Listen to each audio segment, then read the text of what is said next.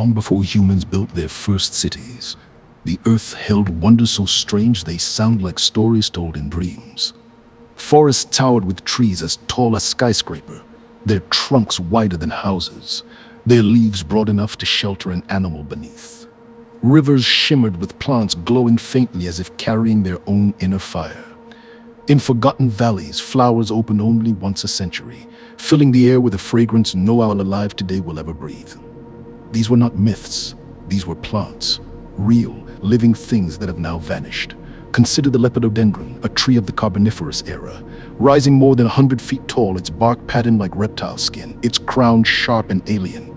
Imagine forests of these colossal giants, feeding on air so rich in oxygen that dragonflies grew the size of hawks and millipedes crawled longer than crocodiles. Or the Glossopteris, a tree whose leaves once carpeted a supercontinent long before it split into the continents we know. Its fossils today lie scattered across Africa, India, Antarctica. Silent proof that the world was once one, bound by a single forest stretching from pole to pole. There was the Cooksonia, among the very first land plants to lift themselves from water. No leaves, no flowers, just fragile green stems grasping skyward, breaking boundaries that shaped every future forest. It looked simple, but it was not. Without Cooksonia, there would be no forests at all, and no us.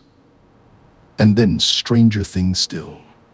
Legends tell of the silphium, a golden-flowered herb so precious to the ancient Greeks and Romans that it was stamped on currency and harvested out of existence 2,000 years ago. They claimed it could end disease. Some claimed it could prevent life altogether. A plant so useful, so miraculous, it was driven into extinction until only its image on ancient coins remained. What vanished with it? Knowledge we may never regain. Perhaps a cure. Perhaps a warning. But nothing unsettles more than the calamites. Imagine a forest of bamboo-like stalks the size of telephone poles, roots sinking into primeval swamps, their hollow trunks hiss when storms pass through, plants that breathed life on a scale we can only imagine now. They are gone. Every last one. But in the stones, in the fossils, in the silent imprints of leaves pressed into rock, we can still see what they were. A reminder that nature has shaped and erased entire worlds before ours. And here is the thought you cannot escape.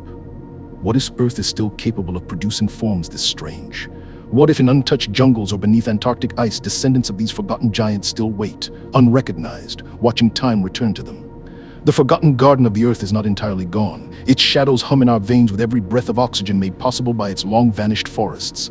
Every tree we see today, every flower, every blade of grass is the echo of lost ancestors so strange, so alien, that we would not believe them if not for the stone records they left behind. The world we live in is not the first world. It is simply the inheritance of gardens already burned.